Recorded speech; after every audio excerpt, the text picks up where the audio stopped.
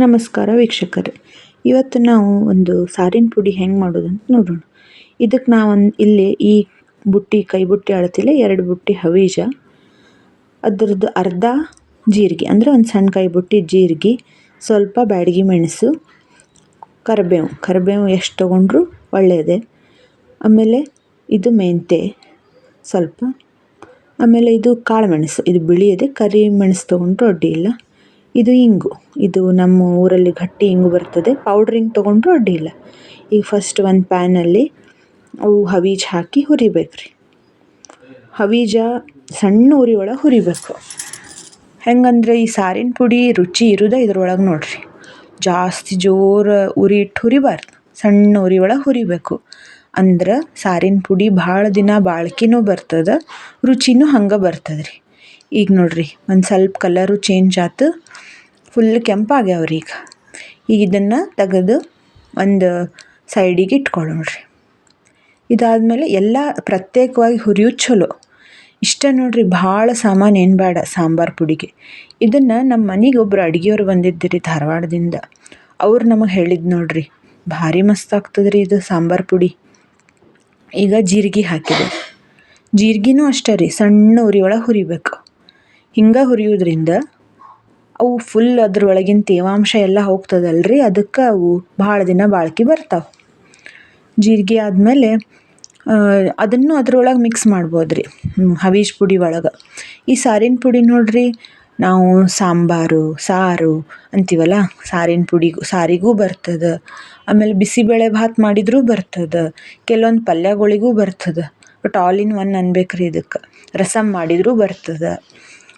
ಈಗ ನೋಡ್ರಿ, ಇದು ನಾನು ಕಾಳು ಮೆಣಸು ಹಾಕಿದೆ. ನಾನು ಇಲ್ಲಿ ಬಿಳಿ ಕಾಳು ಮೆಣಸು ತೊಗೊಂಡಿನಿ, ಕಪ್ಪು ಕಾಳು ಮೆಣಸು ಇದ್ರೂ ಅಡ್ಡಿ ಇಲ್ಲ. ಇದು ಮೆಂತೆ, ಇವನು ಒಮ್ಮೆ ಹಾಕ್ತೀನಿ ರೀ. ಇದು ಹಿಂಗೆ ಗಟ್ಟಿ ಹಿಂಗೆ ಇರ್ತದೆ ರೀ, ಇದು ಭಾರಿ ಸ್ಟ್ರಾಂಗ್ ಇರ್ತದೆ ರೀ. ಇಲ್ಲೇ ನೀವು ಪುಡಿ ಹಿಂಗೆ ತೊಗೊಂಡ್ರೂ ಅಡ್ಡಿ ಇಲ್ಲ. ಇವನ್ನೆಲ್ಲ ಒಮ್ಮೆ ಹಾಕಿ ಹುರಿಲಿಕ್ಕತ್ತೀನಿ ರೀ.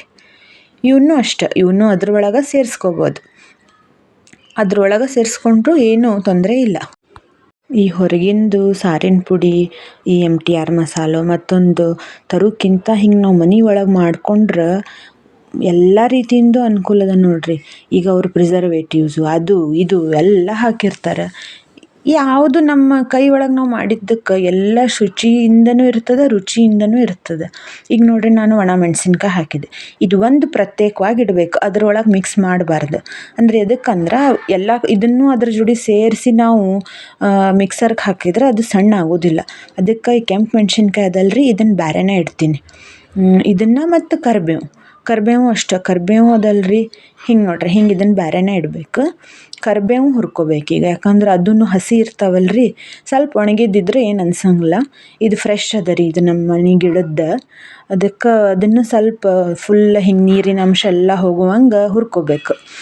ನೀವು ಸ್ವಲ್ಪ ಹೊತ್ತು ಹುರಿದು ಗ್ಯಾಸ್ ಆಫ್ ಮಾಡಿಟ್ಬಿಟ್ರೆ ಆ ಬಿಸಿ ಭಾಂಡಿಯೊಳಗೆ ಅಲ್ಲೇ ಅವು ಕುರುಕುರು ಆಗ್ತಾವೆ. ಮೆಣಸಿನ್ಕಾಯಿ ಮತ್ತು ಕರಿಬೇವು ಬೇರೆ ಇಟ್ಕೋಬೇಕು ರೀ. ಈಗ ನೋಡ್ರಿ, ಹೊರಗಿನ್ನು ಅವಲ್ಲ ಏನಾರ ತಿನ್ಲಿಕ್ಕೆ ಹೆದರಿಕೆನ ಆಗ್ಯದ. ಈಗ ಅಂಥ ಕಾಲಮಾನ ಆಗ್ಬಿಟ್ಟದ್ರಿ. ಆದಷ್ಟು ಇವೆಲ್ಲ ನಾವು ಮನೆಯೊಳಗೆ ಮಾಡ್ಕೊಳ್ಳೋದು ಚಲೋ. ಯಾಕಂದ್ರೆ ಇಷ್ಟು ಸಾಮಾನೊಳಗೆ ಮಾಡಿದ್ದು ನಮಗೆ 1 ತಿಂಗಳ ಮ್ಯಾಲೆ ಬರ್ತದ್ರಿ. ಇಷ್ಟು ಸಾರಿನ ಪುಡಿ ನೋಡ್ರಿ, ಇಷ್ಟು ಫುಲ್ ಕೂಲ್ ಆಗ್ಬೇಕ್ರಿ, ಇದು ತಣ್ಣಗಾಗಬೇಕು ಅಷ್ಟು. ಈಗ ನಾ ಫಸ್ಟ್ ಮೆಣಸಿನ್ಕಾಯಿ ಮತ್ತು ಕರಿಬೇವು ಪೌಡ್ರ್ ಮಾಡಿಕೊಂಡೆ, ಇದನ್ನು ಬೇರೆ ತೆಗೆದು ಇಟ್ಕೋಬೇಕ್ರಿ. ಆಮೇಲೆ ಇದೇನು ಹವೀಜ ಮತ್ತು ಜೀರಿಗೆ ಮಿಕ್ಸ್ ಇರ್ತದಲ್ಲ, ಇದನ್ನು ಮಾಡ್ಕೋಬೇಕು, ಮಿಕ್ಸರಿಗೆ ಹಾಕ್ಕೋಬೇಕು. ಎಲ್ಲ ಒಂದು ಸತಿ ಮಿಕ್ಸ್ ಮಾಡ್ಕೊಂಡು ಇದನ್ನು ಮಿಕ್ಸರಿಗೆ ಹಾಕೋತೀನಿ.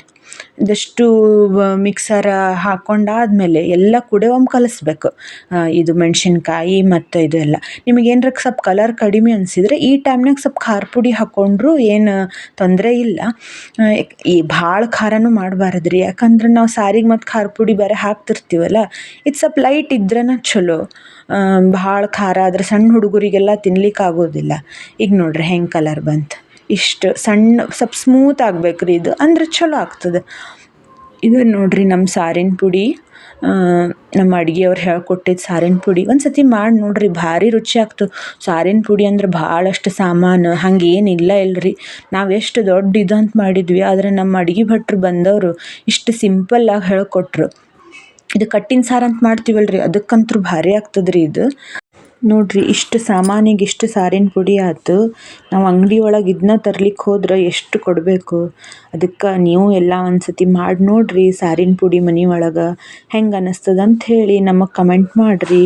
ಬರ್ರಿ, ಬಿಸಿ ಬಿಸಿ ಸಾರು ರೆಡಿ ಆಗ್ಯದ. ಎಲ್ಲರೂ ನಮ್ಮ ಮನೆ ಊಟಕ್ಕೆ ಬರ್ರಿ.